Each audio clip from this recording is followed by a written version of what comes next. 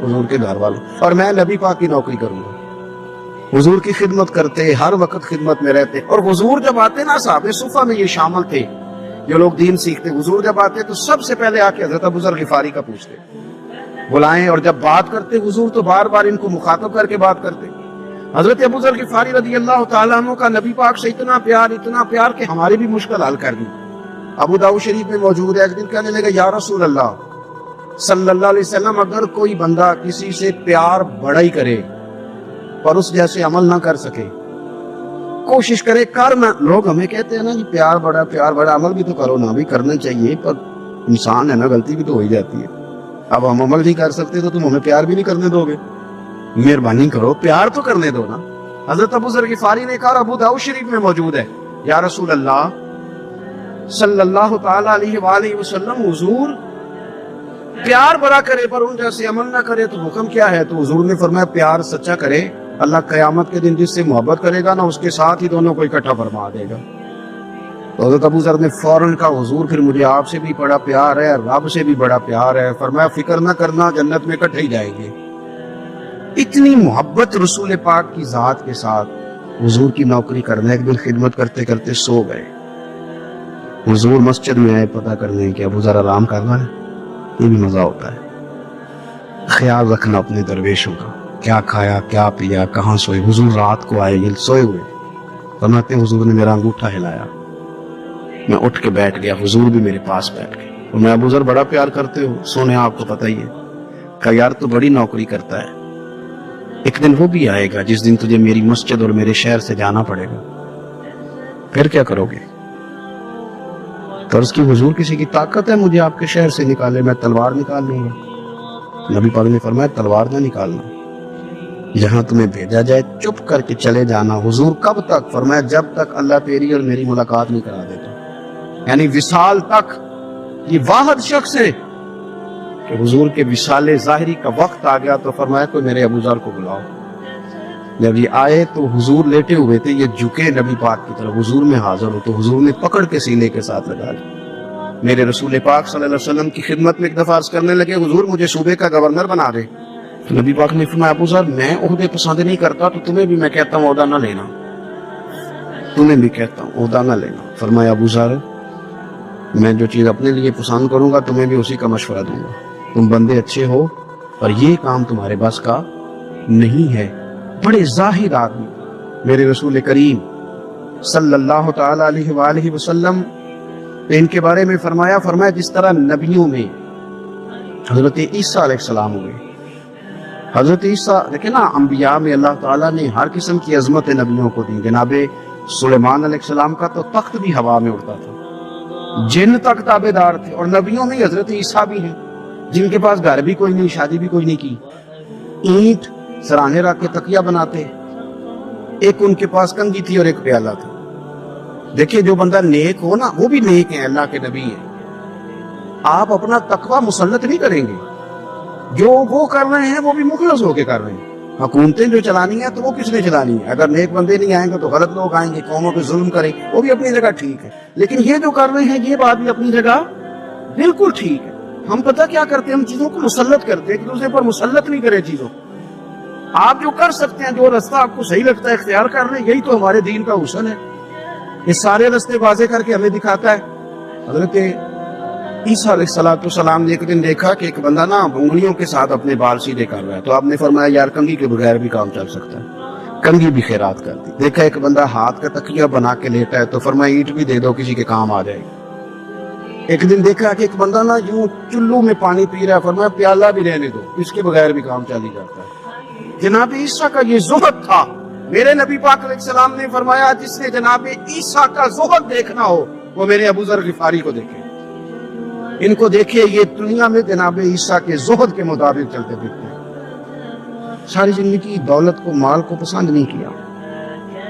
جہاں رہتے تھے کہ گورنر صاحب نے 300 دینار تحفے میں بھیجے، تو ایک ہوتا ہے نا بندہ کہتے نہیں ضرورت نہیں، اور حضور سید عالم صلی اللہ علیہ وسلم نے حضرت عمر سے فرمایا تھا جو خود بخود آ جائے وہ قبول کر لو اللہ کی طرف سے، لیکن ان کا رنگ فقیری والا تھا اور تھوڑا نوکھا تھا۔ 300 دینار آئے تو فرمانے لگے اسے جا کے کہو تمہیں کوئی اور بندہ نہیں ملا دھوکہ دینے کے لیے، میرے گھر ہی مال بھیج دیا ہے۔ فرمانے لگے میرے پاس گدھا ہے سواری کرنے کے لیے، میرے پاس بکریاں ہیں دودھ پینے کے لیے، میرے پاس ایک چادر اضافی ہے سامان میں سے، میں تو ڈرتا ہوں کہ رب کہیں اس چادر کے بارے میں سوال نہ پوچھے، اور تم ہو کہ میرے پاس یہ لے کے آئے ہو۔ حضرت عثمان غنی کے پاس جا کے کہا کرتے کتنا لوگوں کے پاس پیسہ آ گیا ہے، ہر بندے کے گھر میں مال ہے، یہ کیا ہو رہا ہے، لوگوں سے کہے خرچ کرے غریبوں پہ۔ عثمان غنی فرمانے لگے تمہیں تو خوش ہونا چاہیے کہ میرے دور میں لوگ خوشحال ہو گئے۔ آپ فرمانے لگے نہیں، وہ والا رنگ زیادہ بہتر ہے جو مدینے والے نے اختیار فرمایا، کیونکہ کچا رنگ للاری والا چڑھدا تے لیندا رہندا عشق تیرے دا رنگ محمد، جدوں چڑھ جائے پھر نہیں لینا۔ آپ کی طبیعت کے اندر دولت سے بیزاری، حضرت ابو درداء، حضرت ابو موسیٰ اشعری، حضرت ابو ہریرہ رضی اللہ تعالی عنہ، یہ سمجھ لیں ان کے کلاس فیلو تھے، ان کے ساتھ پڑھا تھا انہوں نے۔ حضرت ابو ذر غفاری ان پر بھی جلال کرتے ہیں۔ آپ یقین کریں کہ طبیعت نا ایسے کیف میں آ گئی ان کو پڑھ کے، ان کو پڑھا جب کچھ دنوں سے تو کچھ انوکھا، یہ انوکھی وجہ ہے، سارے زمانے سے نرالے ہیں، یہ بندے کون سی بستی کے یا رب رہنے والے ہیں، یہ کس طرح کے لوگ ہیں، کیا سوچ ہے۔ حضرت ابو درداء رضی اللہ تعالیٰ عنہ کے گھر کے قریب سے گزرے تو حضرت ابو درداء مکان بنا رہے تھے، کیا جملہ کہا، تڑپ گئی روح۔ فرمانے لگے ابو درداء تجھ سے مجھے یہ امید نہیں تھی یار، تمہیں کیا ہوا؟ فرمانے لگے اب تیرا مکان بنانے کے لیے بھی اللہ کے بندوں کی پشتوں پر اینٹیں رکھی جائیں گی، تیرا مکان بنانے کے لیے رب کے بندوں کی پشتوں پر اینٹیں تیرے لیے۔ حضرت ابو درداء نے گردن جھکا لی، فرمایا یار جہاں تو ہے نا تو بالکل ہی ٹھیک کہتا ہے۔ کیوں؟ میرے نبی پاک صلی اللہ علیہ وسلم نے فرمایا اس زمین کے اوپر اور آسمان کے نیچے ابو ذر غفاری سے سچا بندہ کوئی نہیں، ان سے زیادہ سچا کوئی نہیں۔ میں تو ٹھیک کہتا ہے یار، صحیح کہتا۔ حضرت ابو موسیٰ اشعری رضی اللہ تعالیٰ عنہ کو گورنر بنا دیا گیا عراق کا۔ حضرت ابو موسیٰ اشعری صحابہ میں ایک بڑے جلیل القدر صحابی ہیں، اور ان کی عظمت، رفعت، بلندیاں کیا کہنا، بڑی گہری دوستی تھی، لیکن جب وہ گورنر بن گئے نا تو آپ نے فرمایا بس بھائی اب تو نے عہدہ لے لیا، یہ بندے کو ٹھیک نہیں رہنے دیتی تھی، اب تو عہدے میں چلا گیا۔ بڑی مدت کے بعد ملاقات ہوئی حضرت ابو موسیٰ اشعری کے ساتھ، وہ دوڑ کے آئے حضرت ابو ذر غفاری کے گلے ملنے، میرا بھائی میرا بھائی۔ فرمایا پیچھے ہٹ جا، میں نہیں تیرا بھائی، تو گورنر ہے، میں غریب آدمی ہوں، اپنا کام کر۔ پھر دوڑ کے آئے، فرمایا ابو ذر تو میرا بھائی ہے یار، اکٹھے پڑھتے تھے حضور۔ فرمایا نہیں جا تو نہیں میرا بھائی۔ پھر آئے، جانتے تھے نا یہ سچا بندہ ہے، یہ سچا بندہ ہے، یہ تقریروں والا نہیں، صرف وعظوں والا نہیں، اس کے اندر بھی بڑی سچائی ہے۔ قریب آئے، آ کے کہا یار تو میرا بھائی ہے، میرے سینے لاگ۔ فرمانے لگے تو تیسری بار آیا ہے، مومن ہے، میں منہ نہیں موڑ سکتا، پر پہلے مجھے بتا گورنر بننے کے بعد تو نے مکان کتنے بنائے، باغ کتنے لگائے، چکیاں کتنی لگائی، کتنے تو نے چیزیں بنائی ہیں، پہلے بتا۔ حضرت ابو موسیٰ اشعری نے ان کا ہاتھ پکڑا، رونے لگے، کہنے لگے جس محبوب سے تو نے تربیت لی ہے میں بھی انہی کا نوکر ہوں، جن کپڑوں میں میں راگ گیا تھا میرے ہاتھ بھی وہی ہے یار، کیا بات کرتا ہے تو میرے وہی ہیں، مجھے بتا اگر یہ عہدے خدمت کے ہم نہیں لیں گے تو پھر کیا ظالموں کو دیں گے، غیروں کو دیں گے، نہ کر کچھ نہیں بنایا۔ حضرت سیدنا ابو موسیٰ اشعری رضی اللہ تعالیٰ نے روئے، اور جب کہا نا کوئی شے نہیں میرے پاس، تو فرمایا اچھا چل آ جا، پھر سینے لگ جا، تو واقعی میرا بھائی۔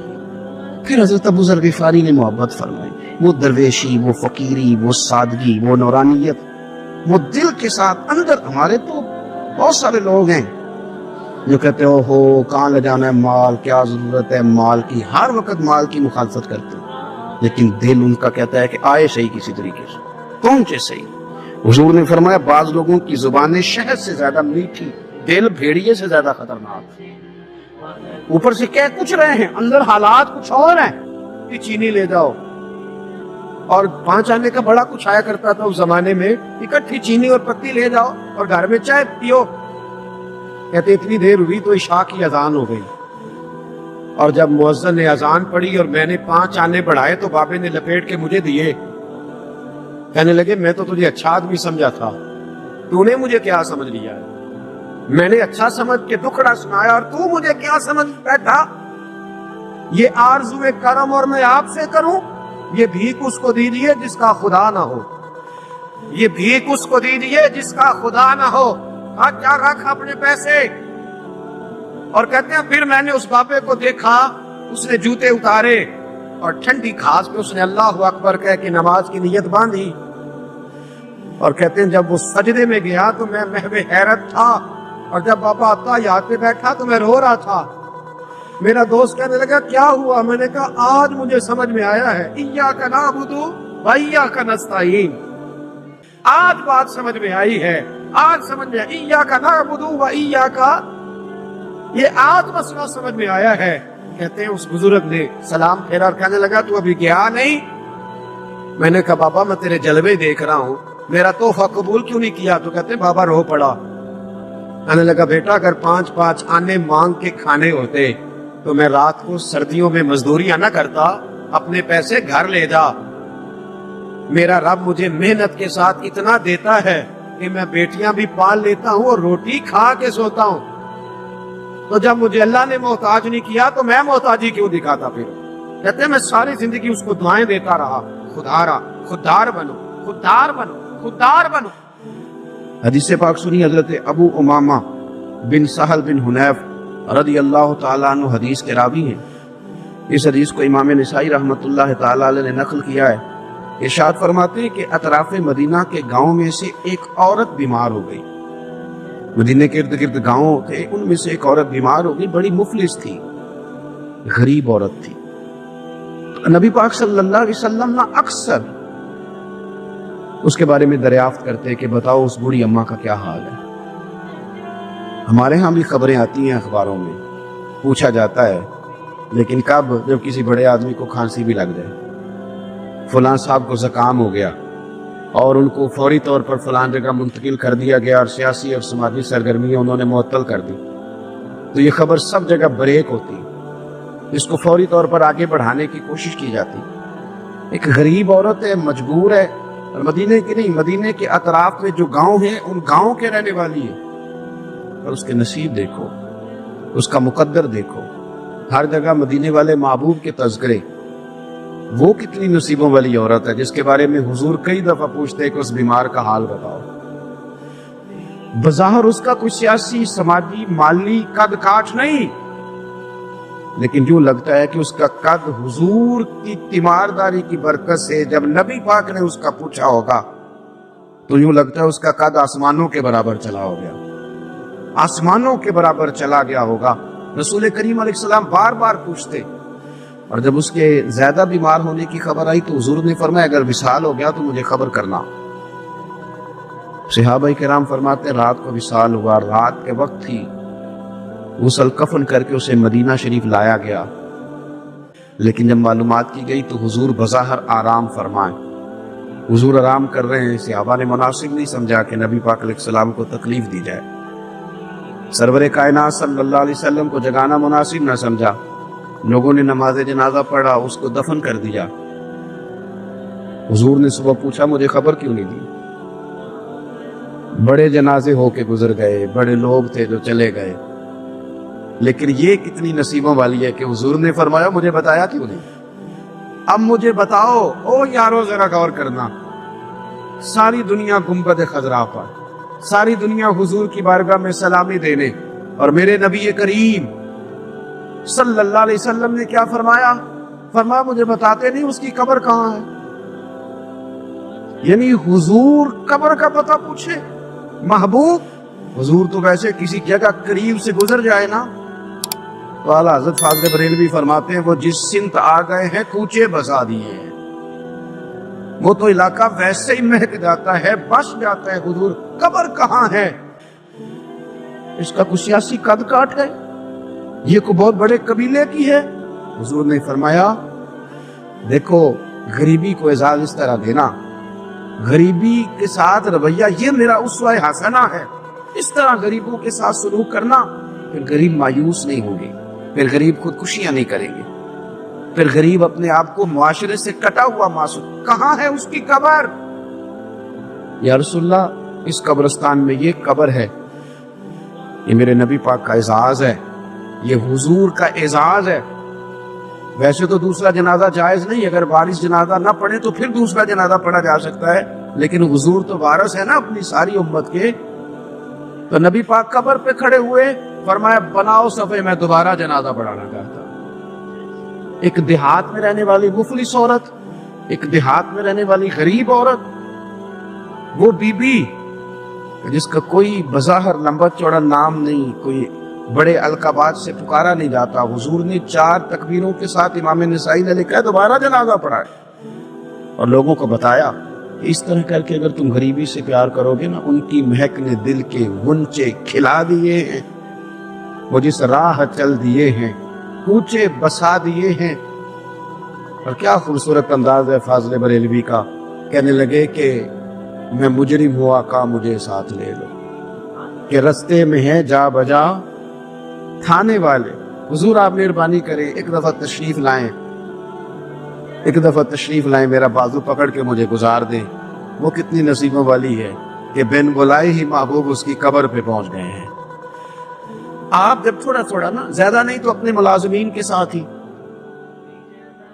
زیادہ نہیں تو جو آپ کے تحت لوگ ہیں ان کے ساتھ ہی ہمارا رویہ ٹھیک ہو جائے۔ ایک صحابی نے ایک دفعہ پوچھ ہی لیا کہ یا رسول اللہ صلی اللہ علیہ وسلم، میرا ملازم بڑی ہی غلطیاں کرتا ہے، میرا غلام بڑی غلطیاں کرتا ہے، تو کتنی کو دفعہ معاف کروں؟ کتنی کو غلطیاں ایک دن میں کو کر سکتا ہے؟ 2 دفعہ کر لے گا، 3 دفعہ بھول جائے گا۔ سوال پوچھا نا کہ یا رسول اللہ صلی اللہ علیہ وسلم، میرا غلام بڑی غلطیاں کرتا ہے، تو کتنی دفعہ معاف کروں؟ نبی پاک علیہ السلام نے فرمایا اگر تو نے گنتی کر کے گویا پوچھا ہے تو چلو تجھے اسی طرح ہی بتا دیتے ہیں۔ حضور کتنی دفعہ معاف کروں؟ فرمایا چل ایک دن میں 70 بار تو معاف کیا ہی کر لوں۔ حالانکہ 70 غلطیوں کو دل میں نہیں کر سکتا، کر نہیں سکتا، اس نے شمار کر آخر کتنی کو دفعہ معاف کروں؟ نبی پاک صلی اللہ علیہ وسلم یہ فرمایا 70 دفعہ تو معاف کر ہی دیا کر۔ 70۔ حضرت ابو مسعود رضی اللہ تعالیٰ عنہ فرماتے مجھے کسی بات پہ غصہ تھا اور میں اپنے غلام کو مار رہا تھا، پیٹ رہا تھا، اور بار بار میں اس پر سختی کر رہا تھا۔ دور سے حضور نے دیکھا اور آوازیں دی، قریب جب حضور پہنچ گئے نبی پاک علیہ السلام نے ایک جملہ کہا، پھر دوبارہ میں نے کبھی اپنے غلام پہ ہاتھ نہیں اٹھایا۔ اللہ کے رسول فرمانے لگے جتنا تجھے اس پر اختیار ہے نا، میرے رب کو اس سے کئی گنا بڑھ کے تیرے اوپر اختیار ہے۔ اگر آج اللہ تعالیٰ نے یہ تقسیم کر دی ہے کہ کسی کو تمہارا ملازم بنا دیا ہے، کسی کو تمہارے ماتحت کر دیا ہے، تو اس کا معنی یہ تو نہیں کہ تم اب اس سے پیار کرنا چھوڑ دو، اس پر شفقت کرنا چھوڑ دو۔ رسول کریم صلی اللہ تعالیٰ علیہ وآلہ وسلم نے ارشاد فرمایا کہ جتنا اختیار تمہیں اس پر ہے نا، اس سے کہیں بڑھ کر، اس سے کہیں بڑھ کر اللہ تعالیٰ کو تم پر اختیار ہے۔ مالدار لوگ توجہ کریں میری بات پر، غور کریں۔ اللہ نے مالداروں کو جو دیا ہے تو ان کی محنت کی وجہ سے نہیں دیا، محنت مزدور تم سے بڑھ کے کرتا ہے، اوور ٹائم لگاتا ہے، خدا نے نا اپنے فضل سے دیا ہے۔ میرے ایک بزرگ دوست ہیں، سادے آدمی ہیں، ان کی ایک بات میرے نا دل میں بیٹھ گئی۔ سادے لوگوں کی بات ہے، سادی سی، میں کوئی یہ نہیں آپ کو کہہ رہا کہ یہ کوئی قرآن و سنت کا معاملہ ہے، لیکن ہمارے جو سادے لوگ ہوتے ہیں نا دیہات کے، کئی دفعہ وہ سبق بڑا عمدہ پڑھاتے ہیں، تو کسی شخص کے ساتھ ان کا کوئی تھوڑا بہت اس کے ساتھ مدد کا رشتہ تھا، اس سے کچھ پیار کرتے تھے، تو کسی وجہ سے ناراضگی ہو گئی تو کسی نے ان سے کہا کہ اب چھوڑ دیں، آپ کا اس نے اتنا دل دکھایا، تو کہنے لگے نہیں میں چھوڑوں گا نہیں، میں دیتا رہوں گا۔ کیوں؟ کہنے لگی اس لیے کہ میرے دل میں بات بیٹھ گئی ہے کہ پتہ نہیں اللہ کدے نصیبہ نہ دیتا ہے، تو یہاں سے کوئی کھا جائے، کسی کی مدد ہو جائے۔ آپ کے ہاں اگر ماتحت کچھ لوگ ہیں، آپ کو کسی کی مدد کرنی پڑتی، تو اگر آپ کا یہ ذہن بن گیا نا کہ میں صاحب ہوں اور میں انہیں دیتا ہوں اور میری وجہ سے کام چلتا ہے اور میری تنخواہ سے چولہا جلتا ہے، تو آپ نے بڑی چھوٹی سوچ پیدا کر لی، آپ کمزور ہو گئے۔ اگر آپ نے یہ سوچ لیا نا کہ میں کسی کو اپنے آفس سے، اپنی مل سے نکال دوں گا تو شاید اسے کہیں اور نوکری نہیں ملے گی، تو آپ چھوٹے آدمی، آپ نے کمزور سوچ رکھی۔ حدیث پاک سنیں گے تو دل ٹھنڈا ہوگا۔ اسے بھی امام بخاری نے لکھا ہے، حضرت مصعب بن سعد رضی اللہ تعالیٰ عنہ روایت کرتے ہیں ایک مرتبہ نا حضرت سعد بن ابی وقاص رضی اللہ تعالیٰ عنہ کے دل میں خیال آیا. مالدار آدمی تھے نا حضرت سعد بن ابی وقاص اور بڑے جرنیل تھے. تو دل میں خیال آیا کہ دیکھو نا اللہ تعالیٰ نے ہمیں غریبوں کو فضیلت دے دی ہے مال و دولت کی وجہ سے. خیال آ جاتا ہے نا. تو دیکھو جی مطلب میرے پاس پیسے ہیں, مجھے اللہ نے دیا ہوا ہے. خیال آ گیا. حضرت موسیٰ بن سعد رضی اللہ تعالیٰ عنہ فرماتے ہیں ان کے دل میں خیال آیا, دل میں خیال آیا کہ دیکھو اللہ نے پھر ہمیں فضیلت والا بنایا تو اسی لیے اللہ نے ہمیں پیسے دیے نا. اللہ نے ہمیں کچھ بنایا ہے تو پھر ہی اللہ نے دولت زیادہ دی ہے نا. تو فرماتے ہیں نبی کریم صلی اللہ تعالی علیہ وسلم نے ان سے فرمایا یاد رکھو تمہیں نا تمہارے کمزور اور غریب لوگوں کے وسیلے کی وجہ سے روزی دی جاتی ہے. تمہیں امیروں تمہیں جو نوازا جاتا ہے نا تو یہ غریبوں کے صدقے, ضعیفوں کے صدقے, کمزوروں کے صدقے, یہ ان غریبوں کے صدقے تمہیں نوازا جاتا ہے اور پھر تمہارے ذمے لگایا جاتا ہے. تم نے زکوٰۃ دینی ہے, تم نے صدقات دینے ہیں, تم نے ان پر خرچ کرنا ہے, تمہیں ان کے صدقے مل رہا ہے, ان کے صدقے. ایک سوچ یہ ہے کہ اللہ نے مجھے مال دیا ہے تو کسی وجہ سے دیا ہے, اور ایک سوچ یہ ہے کہ میری فیکٹری میں پتہ نہیں کون سا غریب لوگ ہے جس کی وجہ سے فیکٹری چل رہی ہے. ایک سوچ یہ ہے کہ پتہ نہیں میرے آفس میں کون سا ایسا شخص ہے جس کی وجہ سے نظام چل رہا ہے.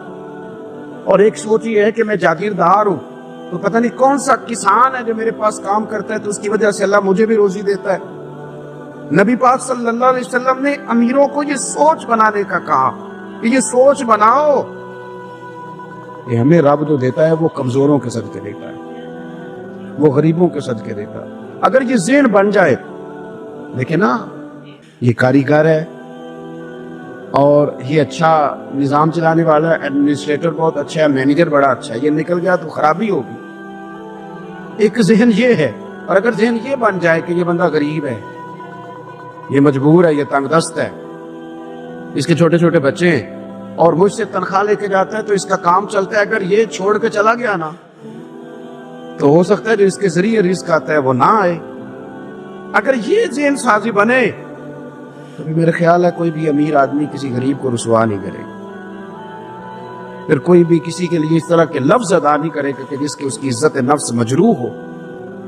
ہم اگر یہ تھوڑا تھوڑا کر کے رویہ اپنے دلوں کے اندر پیدا کرنا شروع کر دے اور تھوڑی تھوڑی محبت کو بڑھانے لگے تو آہستہ آہستہ ہمیں محسوس ہوگا کہ ہم کوئی ظرف کو اونچا لے گئے ہیں, ہمارے دلوں کو اللہ نے نرم کر دیا ہے. ہمارے ہاں نا سوسائٹی میں کچھ سیاسی سماجی لوگ ہیں جن کی سفارش چلتی ہے, جو نامی گرامی ہوتے ہیں, جو علاقے کے معروف لوگ ہوتے ہیں, جو اشراف اپنے آپ کو سمجھتے ہیں, قبیلوں کا بڑا جانتے ہیں. وہ یاد رکھیں کہ اگر تو وہ قبیلے کے بڑے اس طرح بنے ہوئے ہیں کہ وہ لوگوں کے ساتھ پیار کرتے ہیں تو پھر تو ان کا اجر زیادہ ہے. لیکن اگر وہ بڑے بنے ہیں اور اس رنگ میں بڑے بنے ہیں کہ وہ تکبر میں آ گئے ہیں, اس رنگ میں بڑے بنے ہیں کہ انہوں نے غلط سیاستیں کی ہیں, انہوں نے قوم کا مال کھایا ہے, وہ اس طرح سے اقتدار کے ایوانوں تک پہنچے ہیں کہ انہوں نے پھر کچھ نہیں دیکھا کہ مجھے کچھ خریدنا پڑ رہا ہے کہ کچھ بیچنا پڑ رہا. غلط طریقے سے وہ لوگ آگے آگے سیاسی بن گئے, سماجی بن گئے, لوگ سلوٹ کرنے لگ گئے. اور کچھ بیچارے غریب ایسے ہیں کہ جن کو کوئی 1 کلو چینی بھی ادھار نہیں دے رہا. تو اب بظاہر اس غریب کو مایوس نہیں ہونا چاہیے. اس کو شریعت یہ نہیں کہتی کہ تو کمزور پڑ جائے, تو کہتی شاید میں تو بیکار ہی معاذ اللہ دنیا میں آ گئی, کوئی نام نہیں جانتا, کوئی قد کاٹ نہیں, کسی اونچی کرسی پہ بٹھایا نہیں جاتا, کبھی میرے گلے میں پھولوں کا ہار نہیں ڈالا جاتا, کوئی میرے آنے پر کھڑا نہیں ہوتا, میں بھی کوئی سیاسی سماجی ہوتا, میں بھی کوئی مال و دولت والا ہوتا. یہ سٹیٹس کی کمزوری بعض غریب لوگوں کو کمزور کر دیتی ہے, ذہنی طور پر پریشان رہنے لگتے ہیں. اور کچھ لوگ ہمارے ہاں یہ زیادتی بھی کرتے ہیں, وہ کہتے ہیں سارا پنڈ مار جائے, ماڑے دے بچے تو چودھری نہیں نہ بننا. تو میں کیا کرتا ہوں, یہ مایوسی ہے, یہ آپ نے غلط بات کی. یہ تو اللہ کے نظام قدرت میں بات ہے, رب جب چاہے جس کو چاہے جہاں چاہے اپنے فضل سے پہنچا دے. آپ حدیث پاک سنیں گے اور اس حدیث پاک کے جو خوبصورت پہلو ہیں اس پر آپ غور کریں گے حضرت سیدنا سہل بن سعد انصاری رضی اللہ تعالیٰ عنہ فرماتے ہیں ہم نبی پاک علیہ السلام کی خدمت میں حاضر تھے تو ایک شخص قریب سے گزرا، تو حضور نے اپنے پاس بیٹھے ہوئے ایک شخص سے فرمایا اس کے بارے میں تیرا کیا خیال ہے؟ تو اس نے عرض کی حضور یہ بڑا لوگوں میں معزز آدمی ہے، بڑا اس کا اکرام ہے۔ ہوتے ہیں نا لوگ سیاسی ہیں، سماجی ہیں، بڑی اتھارٹی رکھتے ہیں، بڑے سردار ہیں، بڑے چودھری، حضور اس کا بڑا مقام ہے۔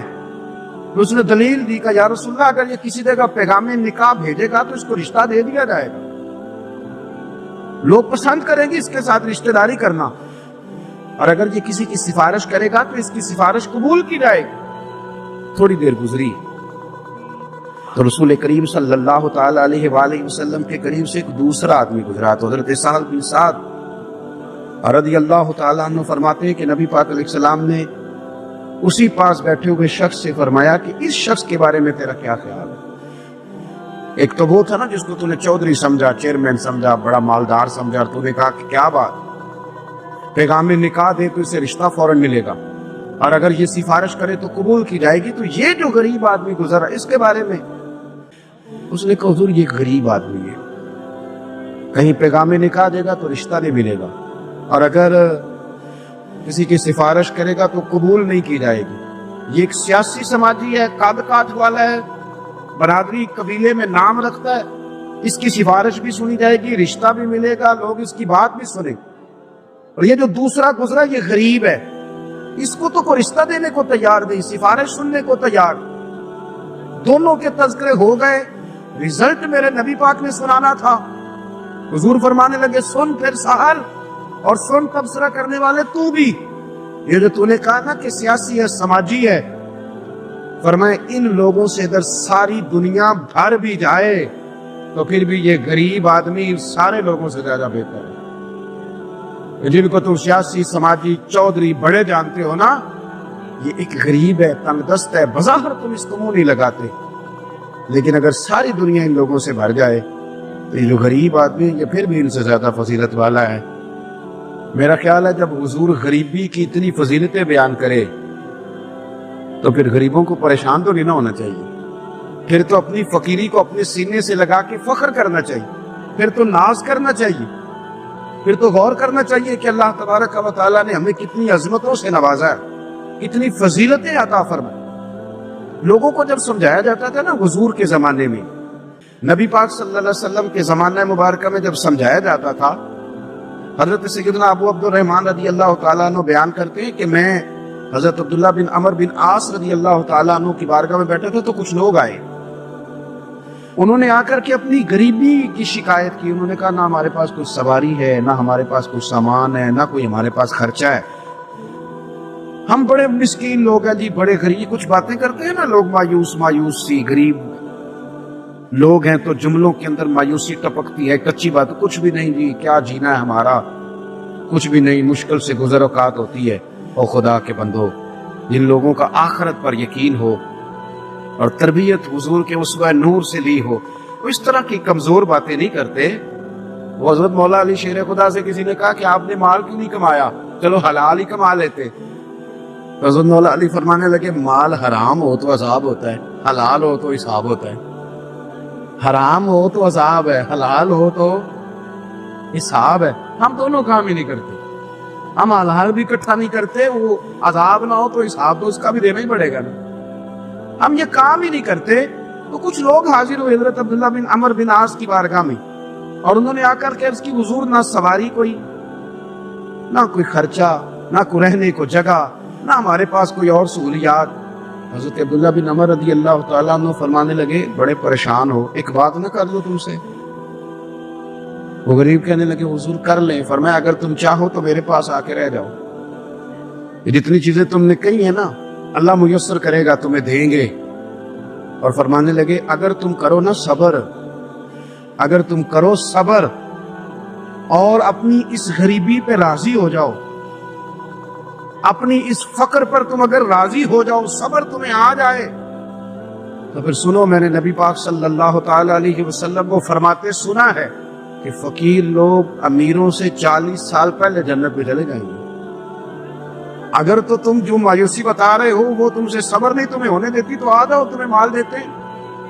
اور اگر تمہیں صبر آ جائے اور تم فقیری میں جینا سیکھ جاؤ، اس غریبی اور سادگی کو تم سینے سے لگاؤ اور مایوسی چھوڑ دو، تو پھر نا میں نے حضور سے خود سنا ہے کہ غریب لوگ امیروں سے 40 سال پہلے جنت میں جائیں گے۔